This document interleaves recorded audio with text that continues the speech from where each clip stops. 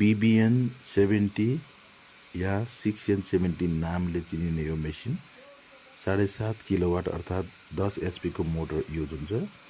यो मेसिनको इनपुट धानको क्षमता भनेको घण्टाको 500 केजी र चामल निकाल्ने भनेको 350 देखि 400 केजी क्षमता हुन्छ।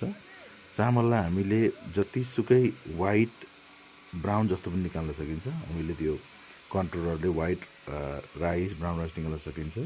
यो ढुट्टो भुस चाहिँ एकै ठाउँमा आउँछ र यति फाइनसम्म चाहिँ यसले ढुट्टो भुस निकाल्न सक्छ। कन्टिन्यू चलाउँदाखेरि यो मेसिनको क्षमता लगभग 500 केजीसम्म चाहिँ सहज रूपमा लिन सकिन्छ। 3 फेज बिजुलीबाट चल्ने मेसिन चलाउन पनि धेरै सजिलो सहज हुन्छ। हेर्न सक्नुहुन्छ सहज रूपमा चाहिँ तपाईको चामलहरू निक्लिरहेछ। चामललाई पोलिसिङ गर्नलाई त्यो हामीले एउटा देखाएको छौँ, घुम्ने तपाईको स्क्रु देखाएको छौँ माथिपट्टि।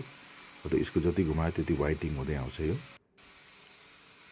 हेर्न सक्नुहुन्छ क्लाइन्टले यहाँ कन्टिन्यू तपाईको धानहरू चाहिँ उहाँले हाल्दै चामल निकालिरहनु भएको छ। थप जानकारी चाहिएमा अरू मोडलको बारेमा जान्नु परेमा तपाईले हामीलाई सम्पर्क गर्न सक्नुहुन्छ। धन्यवाद।